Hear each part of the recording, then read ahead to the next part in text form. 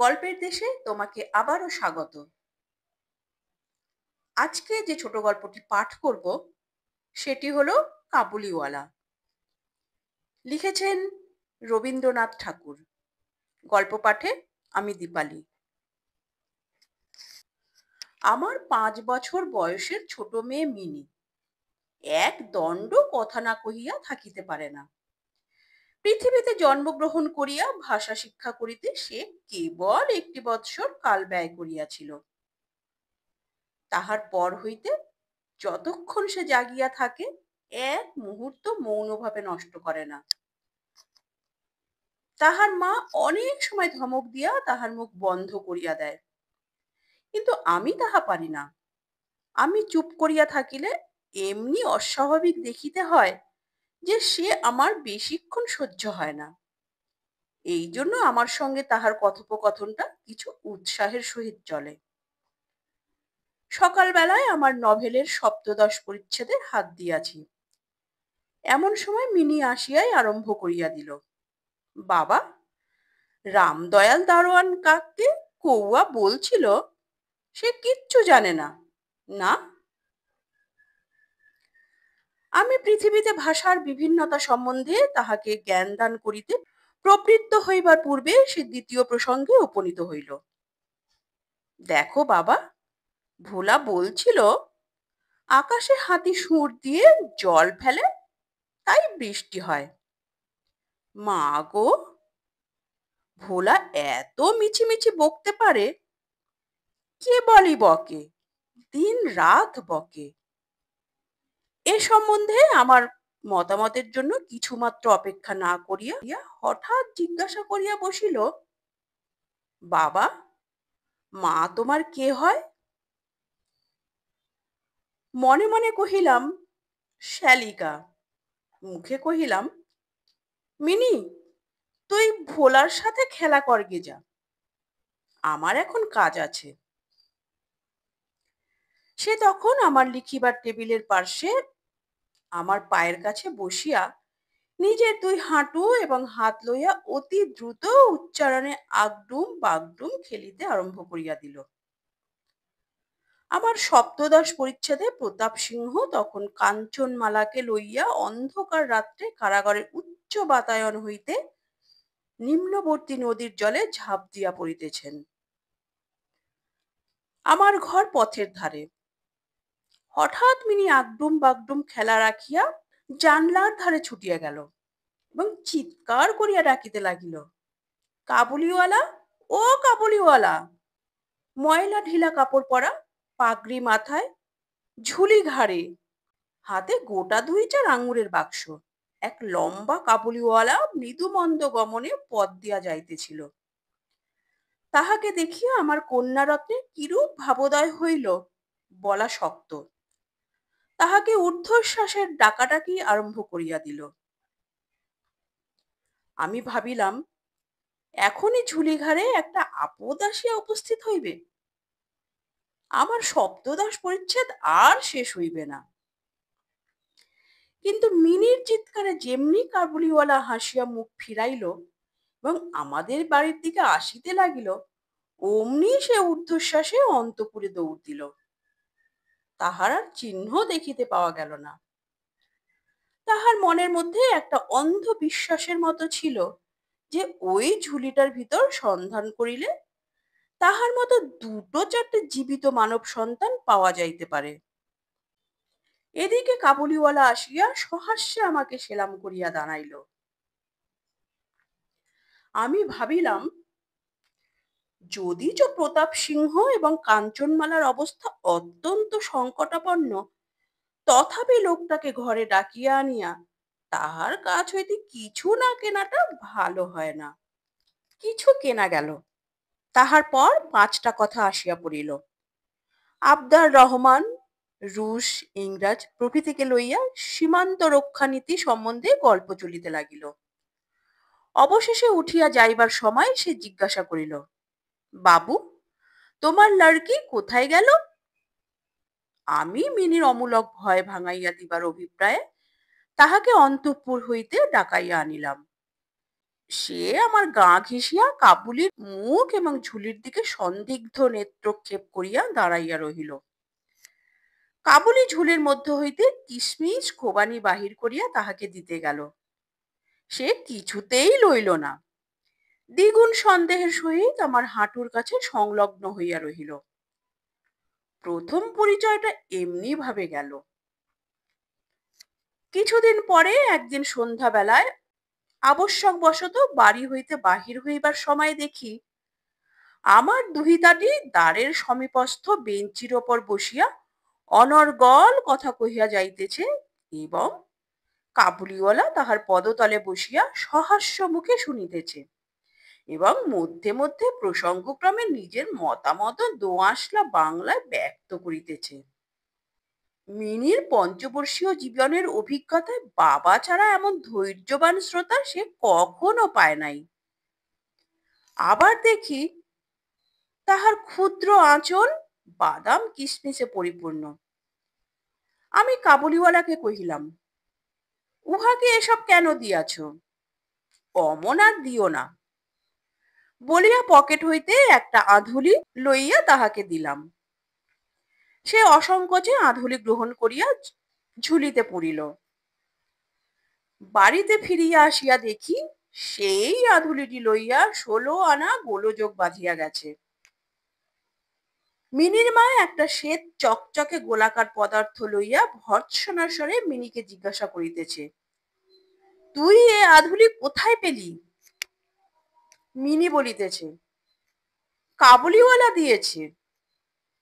তাহার মা বলিতেছেন, কাবুলিওয়ালার কাছ থেকে আধুলি তুই কেন নিতে গেলি? মিনি ক্রন্দনের উপক্রম করিয়া কহিল, আমি চাইনি, সে আপনিই দিলে। আমি আসিয়া মিনিকে তাহার আসন্ন বিপদ হইতে উদ্ধার করিয়া বাহিরে লইয়া গেলাম। সংবাদ পাইলাম কাবুলিওয়ালার সহিত মিনির এই যে দ্বিতীয় সাক্ষাৎ তাহা নহে। ইতিমধ্যে সে প্রায় প্রত্যহ আসিয়া পেস্তা বাদাম ঘুষ দিয়া মিনির ক্ষুদ্র লুপ্ত হৃদয়টুকু অনেকটা অধিকার করিয়া লইয়াছে। দেখিলাম এই দুটি বন্ধুর মধ্যে গুটি কতক বাঁধা কথা এবং ঠাট্টা প্রচলিত আছে। যথা, রহমতকে দেখিবা মাত্র আমার কন্যা হাসিতে হাসিতে জিজ্ঞাসা করিত, কাবুলিওয়ালা, ও কাবুলিওয়ালা, তোমারও ঝুলির ভিতর কি? রহমত একটা অনাবশ্যক চন্দ্রবিন্দু যোগ করিয়া হাসিতে হাসিতে উত্তর করিত, হাতি। অর্থাৎ তাহার ঝুলির ভিতরে যে একটা হস্তি আছে, এইটাই তাহার পরিহাসের সূক্ষ্ম মর্ম। খুব যে বেশি সূক্ষ্ম তাহা বলা যায় না। তথাপি এই পরিহাসে উভয়েই বেশ একটু কৌতূহল অনুভব করিত এবং শরৎকালের প্রভাতে একটি বয়স্ক এবং একটি অপ্রাপ্তবয়স্ক শিশুর সরল হাস্য দেখিয়া আমারও বেশ লাগিত। উহাদের মধ্যে আরো একটা কথা প্রচলিত ছিল। রহমত মিনিকে বলিত, খোঁকি, তুমি শ্বশুর বাড়ি কখনো যাবে না। বাঙালির ঘরের মেয়ে আজন্মকাল শ্বশুরবাড়ি শব্দটার সহিত পরিচিত, কিন্তু আমরা কিছু এগেলে ধরনের লোক হওয়াতে শিশু মেয়েকে শ্বশুরবাড়ির সম্বন্ধে সজ্ঞান করিয়া তোলা হয় নাই। এই জন্য রহমতের অনুরোধটা সে পরিষ্কার বুঝিতে পারিত না, অথচ কথাটার একটা কোনো জবাব না দিয়া চুপ করিয়া থাকা নিতান্ত তাহার স্বভাব বিরুদ্ধ। সে উল্টিয়া জিজ্ঞাসা করিত, তুমি শ্বশুর বাড়ি যাবে? রহমত কাল্পনিক শ্বশুরের প্রতি প্রকাণ্ড একটা মুষ্টি আস্ফালন করিয়া বলিত, আমি শ্বশুরকে মারবে। শুনিয়া মিনি শ্বশুর নামক কোনো একটা অপরিচিত জীবের দুরবস্থা কল্পনা করিয়া অত্যন্ত হাসিত। এখন শুভ্র শরৎকাল। প্রাচীনকালে এই সময়ে রাজারা দিগ্বিজয়ে বাহির হইতেন। আমি কলিকাতা ছাড়িয়া কখনো কোথাও যাই নাই, কিন্তু সেই জন্যই আমার মনটা পৃথিবীময় ঘুরিয়া বেড়ায়। আমি যেন আমার ঘরের কোণে চিরপ্রবাসী। বাহিরের পৃথিবীর জন্য আমার সর্বদা মন কেমন করে। একটা বিদেশের নাম শুনিলেই অমনি আমার চিত্ত ছুটিয়া যায়। তেমনি বিদেশি লোক দেখিলেই অমনি নদী পর্বত অরণ্যের মধ্যে একটা কুটিরের দৃশ্য মনে উদয় হয় এবং একটা উল্লাসপূর্ণ স্বাধীন জীবনযাত্রার কথা কল্পনায় জাগিয়া ওঠে। এদিকে আবার আমি এমনি উদ্ভিজ্জ প্রকৃতি যে আমার কোনটুকু ছাড়িয়া একবার বাহির হইতে গেলে মাথায় বজ্রাঘাত হয়। এই জন্য সকালবেলায় আমার ছোট ঘরের টেবিলের সামনে বসিয়া এই কাবুলির সঙ্গে গল্প করিয়া আমার অনেকটা ভ্রমণের কাজ হইত। দুই ধারে বন্ধুর দুর্গম দগ্ধ রক্তবর্ণ উচ্চ গিরিশ্রেণী, মধ্যে সংকীর্ণ মরুপথ, বোঝাই করা উষ্ট্রের শ্রেণী চলিয়াছে। পাগড়ি পরা বণিক ও পথিকেরা কেহ বা উটের পরে, কেহ বা পদব্রজে, কাহারো হাতে বর্ষা, কাহারো হাতে সেকেলে চকমকি ঠোকা বন্দুক। কাবুলে মেঘমন্দ্রস্বরে ভাঙা বাংলায় স্বদেশের গল্প করিত, আর এই ছবি আমার চোখের সম্মুখ দিয়া চলিয়া যাইত। মিনির মা অত্যন্ত শঙ্কিত স্বভাবের লোক। রাস্তায় একটা শব্দ শুনিলে তাহার মনে হয় পৃথিবীর সমস্ত মাতা আমাদের বাড়িটাই বিশেষ লক্ষ্য করিয়া ছুটিয়া আসিতেছে। এই পৃথিবীটা যে সর্বত্রই চোর ডাকাত মাতাল সাপ বাঘ ম্যালেরিয়া শুঁয়াপোকা আরশোলা এবং গোড়ার দ্বারা পরিপূর্ণ, এতদিন খুব বেশি দিন নহে পৃথিবীতে বাস করিয়াও সে বিভীষিকা তাহার মন হইতে দূর হইয়া যায় নাই। রহমত কাবুলিওয়ালা সম্বন্ধে তিনি সম্পূর্ণ নিঃসংশয় ছিলেন না। তাহার প্রতি বিশেষ দৃষ্টি রাখিবার জন্য তিনি আমাকে বারবার অনুরোধ করিয়াছিলেন। আমি তাহার সন্দেহ হাসিয়া উড়াইয়া দিবার চেষ্টা করিলে তিনি পর্যায়ক্রমে আমাকে গুটি কতক প্রশ্ন করিলেন। কখনো কি কাহারও ছেলে চুরি যায় না? কাবুল দেশে কি দাস ব্যবসা প্রচলিত নাই? একজন প্রকাণ্ড কাবুলির পক্ষে একটি ছোট ছেলে চুরি করিয়া লইয়া যাওয়া একেবারেই কি অসম্ভব? আমাকে মানিতে হইল ব্যাপারটা যে অসম্ভব তাহা নহে, কিন্তু অবিশ্বাস্য। বিশ্বাস করিবার শক্তি সকলের সমান নহে। এই জন্য আমার স্ত্রীর মনে ভয় রহিয়া গেল, কিন্তু তাই বলিয়া বিনা দোষে রহমতকে আমাদের বাড়িতে আসিতে নিষেধ করিতে পারিলাম না। প্রতি বৎসর মাঘ মাসের মাঝামাঝি রহমত দেশে চলিয়া যায়। এই সময়টা সমস্ত পাওনার টাকা আদায় করিবার জন্য সে বড় ব্যস্ত থাকে। বাড়ি বাড়ি ফিরিতে হয়, কিন্তু তবু একবার মিনিকে দর্শন দিয়া যায়। দেখিলে বাস্তবিক মনে হয় উভয়ের মধ্যে যেন একটা ষড়যন্ত্র চলিতেছে। সকালে যেদিন আসিতে পারে না, সেদিন দেখি সন্ধ্যার সময় আসিয়াছে। অন্ধকারে ঘরের কোণে সেই ঢিলে ঢালা জামা পায়জামা পরা সেই কাবুলিওয়ালা লম্বা লোকটাকে দেখিলে বাস্তবিক হঠাৎ মনের ভিতরে একটা আশঙ্কা উপস্থিত হয়। কিন্তু যখন দেখি মিনি কাবুলিওয়ালা ও কাবুলিওয়ালা করিয়া হাসিতে হাসিতে ছুটিয়া আসে এবং দুই অসমবয়সী বন্ধুর মধ্যে পুরাতন সরল পরিহাস চলিতে থাকে, তখন সমস্ত হৃদয় প্রসন্ন হইয়া ওঠে। একদিন সকালে আমার ছোট ঘরে বসিয়া প্রুফশিট সংশোধন করিতেছি। বিদায় লইবার পূর্বে আজ 2-3 দিন হইতে শীতটা খুব কনকনে হইয়া উঠিয়াছে। চারিদিকে একেবারে হিহিকার পড়িয়া গেছে। জানালা ভেদ করিয়া সকালের রৌদ্রটি টেবিলের নিচে আমার পায়ের উপর আসিয়া পড়িয়াছে। সেই উত্তাপটুকু বেশ মধুর বোধ হইতেছে। বেলা বোধ করি 8টা হইবে। মাথায় গলাবন্ধ জড়ানো উষাচরগণ প্রাতঃভ্রমণ সমাধা করিয়া প্রায় সকলে ঘরে ফিরিয়া আসিয়াছে। এমন সময় রাস্তায় ভারী একটা গোল শোনা গেল। চাহিয়া দেখি আমাদের রহমতকে 2 পাহারাওয়ালা বাঁধিয়া লইয়া আসিতেছে। তাহার পশ্চাতে কৌতূহলী ছেলের দল চলিয়াছে। রহমতের গাত্র বস্তে রক্ত চিহ্ন এবং একজন পাহারাওয়ালার হাতে রক্তাক্ত ছোড়া। আমি দ্বারের বাহিরে গিয়া পাহারাওয়ালাকে দাঁড় করাইলাম। জিজ্ঞাসা করিলাম, ব্যাপারটা কি? কিয়দংশ তাহার কাছে, কিয়দংশ রহমতের কাছে শুনিয়া জানিলাম যে আমাদের প্রতিবেশী একজন লোক রামপুরি চাদরের জন্য রহমতের কাছে কিঞ্চিৎ ধারিত। মিথ্যাপূর্বক সেই দেনা সে অস্বীকার করে এবং তাহাই লইয়া বচসা করিতে করিতে রহমত তাহাকে এক ছুরি বসাইয়া দিয়াছে। রহমত সেই মিথ্যাবাদীর উদ্দেশ্যে নানারূপ অশ্রাব্য গালি দিতেছে। এমন সময় কাবুলিওয়ালা, ও কাবুলিওয়ালা করিয়া ডাকিতে ডাকিতে মিনি ঘর হইতে বাহির হইয়া আসিল। রহমতের মুখ মুহূর্তের মধ্যে কৌতুক হাস্যে প্রফুল্ল হইয়া উঠিল। তাহার স্কন্ধে আর ঝুলি নাই, সুতরাং ঝুলি সম্বন্ধে তাহাদের অভ্যস্ত আলোচনা হইতে পারিল না। মিনি একেবারেই তাহাকে জিজ্ঞাসা করিল, তুমি শ্বশুর বাড়ি যাবে? রহমত হাসিয়া কহিল, সেখানেই যাচ্ছে।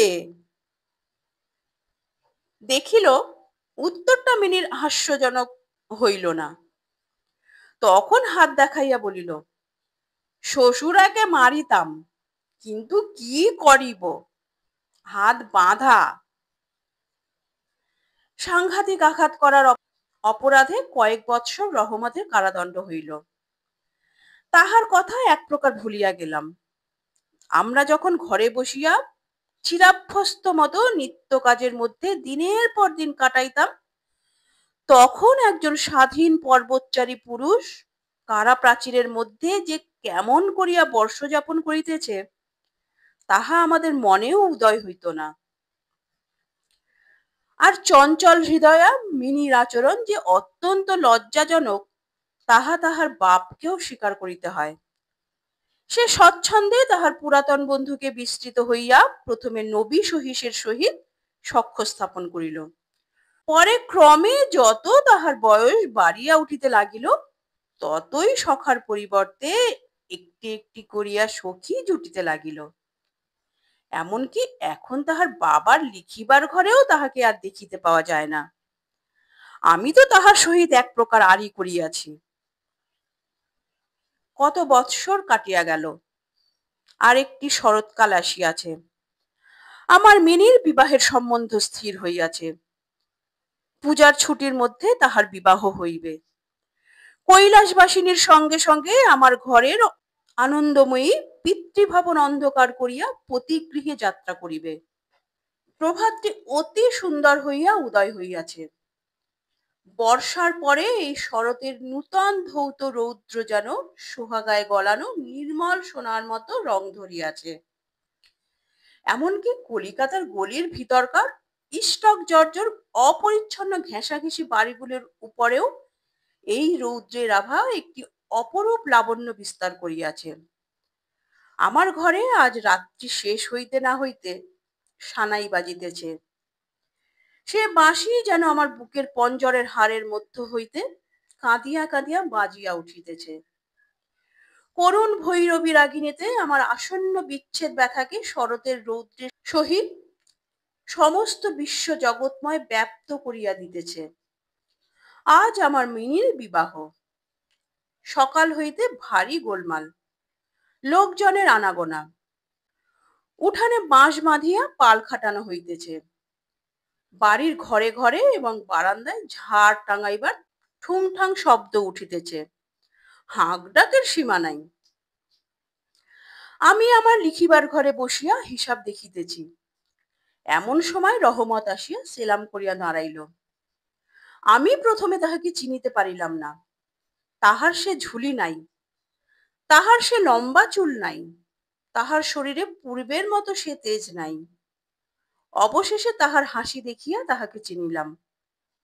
কহিলাম, কিরে রহমত, কবে আসিলি? সে কহিল, কাল সন্ধ্যাবেলা জেল হইতে খালাস পাইয়াছি। কথাটা শুনিয়া কেমন কানে খট করিয়া উঠিল। কোনো খুনিকে কখনো প্রত্যক্ষ দেখি নাই। ইহাকে দেখিয়া সমস্ত অন্তঃকরণ যেন সংকুচিত হইয়া গেল। আমার ইচ্ছা করিতে লাগিল, আজিকার এই শুভ দিনে এ লোকটা এখান হইতে গেলেই ভালো হয়। আমি তাহাকে কহিলাম, আজ আমাদের বাড়িতে একটা কাজ আছে, আমি কিছু ব্যস্ত আছি, তুমি আজ যাও। কথাটা শুনিয়াই সে তৎক্ষণাৎ চলিয়া যাইতে উদ্যত হইল। অবশেষে দরজার কাছে গিয়া একটু ইতস্তত করিয়া কহিল, খোঁকিকে একবার দেখিতে পাইব না? তাহার মনে বুঝি বিশ্বাস ছিল মিনি সেইভাবেই আছে। সে যেন মনে করিয়াছিল মিনি আবার সেই পূর্বের মতো কাবুলিওয়ালা ও কাবুলিওয়ালা করিয়া ছুটিয়া আসিবে। তাহাদের সেই অত্যন্ত কৌতুকাবহ পুরাতন হাস্যালাপের কোনরূপ ব্যত্যয় হইবে না। এমনকি পূর্ব বন্ধুত্ব স্মরণ করিয়া সে এক বাক্স আঙুর এবং কাগজের মোড়কে কিঞ্চিত কিশমিশ বাদাম বোধ করি কোন স্বদেশীয় বন্ধুর নিকট হইতে চাহিয়া চিন্তিয়া সংগ্রহ করিয়া আনিয়াছিল। তাহার সে নিজের ঝুলিটি আর ছিল না। আমি কহিলাম, আজ বাড়িতে কাজ আছে, আজ আর কাহারও সহিত দেখা হইতে পারিবে না। সে যেন কিছু ক্ষুণ্ণ হইল, স্তব্ধভাবে দাঁড়াইয়া একবার স্থির দৃষ্টিতে আমার মুখের দিকে চাহিল। তারপরে, বাবু সেলাম বলিয়া দ্বারের বাহির হইয়া গেল। আমার মনে কেমন একটু ব্যথা বোধ হইল। মনে করিতেছি তাহাকে ফিরিয়া ডাকিব, এমন সময় দেখি সে আপনি ফিরিয়া আসিতেছে। কাছে আসিয়া কহিল, এই আঙুর এবং কিঞ্চিত কিশমিশ বাদাম খোঁকির জন্য আনিয়াছিলাম, তাহাকে দিবেন। আমি সেগুলি লইয়া দাম দিতে উদ্যত হইলে সে হঠাৎ আমার হাত চাপিয়া ধরিল, কহিল, আপনার বহুত দয়া, আমার চিরকাল স্মরণ থাকিবে, আমাকে পয়সা দিবেন না। বাবু, তোমার যেমন একটি লড়কি আছে, তেমনি দেশে আমারও একটি লড়কি আছে। আমি তাহারই মুখখানি স্মরণ করিয়া তোমার খোঁকির জন্য কিছু কিছু মেওয়া হাতে লইয়া আসি। আমি তো সওদা করিতে আসি না। এই বলিয়া সে আপনার মস্ত ঢিলা জামাটার ভিতর হাত চালাইয়া দিয়া বুকের কাছে কোথা হইতে এক টুকরা ময়লা কাগজ বাহির করিল। বহু সযত্নে ভাঁজ খুলিয়া দুই হস্তে আমার টেবিলের উপর মেলিয়া ধরিল। দেখিলাম কাগজের উপর একটি ছোট হাতের ছাপ। ফটোগ্রাফ নহে, তেলের ছবি নহে, হাতে খানিকটা ভূষা মাখাইয়া কাগজের উপরে তাহার চিহ্ন ধরিয়া লইয়াছে। কন্যার এই স্মরণ চিহ্নটুকু বুকের কাছে লইয়া রহমত প্রতি বৎসর কলিকাতার রাস্তায় মেওয়া বেচিতে আসে। যেন সেই সুকোমল ক্ষুদ্র শিশু হস্তটুকুর স্পর্শখানি তাহার বিরাট বিরহী বক্ষের মধ্যে সুধা সঞ্চার করিয়া রাখে। দেখি আমার চোখ ছলছল করিয়া আসিল। তখন সে যে একজন কাবুলিওয়ালা আর আমি যে একজন বাঙালি সম্ভ্রান্ত বংশীয় তাহা ভুলিয়া গেলাম। তখন বুঝিতে পারিলাম সেও যে, আমিও সে। সেও পিতা, আমিও পিতা। তাহার পর্বত গৃহবাসিনী ক্ষুদ্র পার্বতীর সেই হস্তচিহ্ন আমারই মিনিকে স্মরণ করাইয়া দিল। আমি তৎক্ষণাৎ তাহাকে অন্তঃপুর হইতে ডাকাইয়া পাঠাইলাম। অন্তঃপুরে ইহাতে অনেক আপত্তি উঠিয়াছিল, কিন্তু আমি কিছুতে কর্ণপাত করিলাম না। রাঙা চেলি পরা, কপালে চন্দন আঁকা বধূবেশিনী মিনি সলজ্জভাবে আমার কাছে আসিয়া দাঁড়াইল। তাহাকে দেখিয়া কাবুলিওয়ালা প্রথমটা থতমত খাইয়া গেল। তাহাদের পুরাতন আলাপ জমাইতে পারিল না। অবশেষে হাসিয়া কহিল, খোঁকি, তুমি শ্বশুর বাড়ি যাবিস? মিনি এখন শ্বশুর বাড়ির অর্থ বোঝে। এখন আর সে পূর্বের মতো উত্তর দিতে পারিল না। রহমতের প্রশ্ন শুনিয়া লজ্জায় আরক্ত হইয়া মুখ ফিরাইয়া দাঁড়াইল। কাবুলিওয়ালার সহিত মিনির যেদিন প্রথম সাক্ষাৎ হইয়াছিল আমার সেই দিনের কথা মনে পড়িল। মনটা কেমন ব্যথিত হইয়া উঠিল। মিনি চলিয়া গেলে একটা গভীর দীর্ঘ নিঃশ্বাস ফেলিয়া রহমত মাটিতে বসিয়া পড়িল। সে হঠাৎ স্পষ্ট বুঝিতে পারিল তাহার মেয়েটিও ইতিমধ্যে এইরূপ বড় হইয়াছে, তাহার সঙ্গেও আবার নূতন আলাপ করিতে হইবে। তাহাকে ঠিক পূর্বের মতো তেমনটি আর পাইবে না। এই 8 বৎসরে তাহার কি হইয়াছে তাই বা কে জানে। সকাল বেলায় শরতের স্নিগ্ধ রৌদ্র কিরণের মধ্যে সানাই বাজিতে লাগিল। রহমত কলিকাতার এক গলির ভিতরে বসিয়া আফগানিস্তানের এক মরু পর্বতের দৃশ্য দেখিতে লাগিল। আমি একখানি নোট লইয়া তাহাকে দিলাম। বলিলাম, রহমত, তুমি দেশে তোমার মেয়ের কাছে ফিরিয়া যাও। তোমাদের মিলন সুখে আমার মিনির কল্যাণ হোক। এই টাকাটা দান করিয়া হিসাব হইতে উৎসব সমারোহে দুটো একটা অঙ্গ ছাঁটিয়া দিতে হইল। যেমন মনে করিয়াছিলাম তেমন করিয়া ইলেকট্রিক আলো জ্বালাইতে পারিলাম না। গড়ের বাদ্যও আসিল না। অন্তঃপুরে মেয়েরা অত্যন্ত অসন্তোষ প্রকাশ করিতে লাগিলেন। কিন্তু মঙ্গল আলোকে আমার শুভ উৎসব উজ্জ্বল হইয়া উঠিল।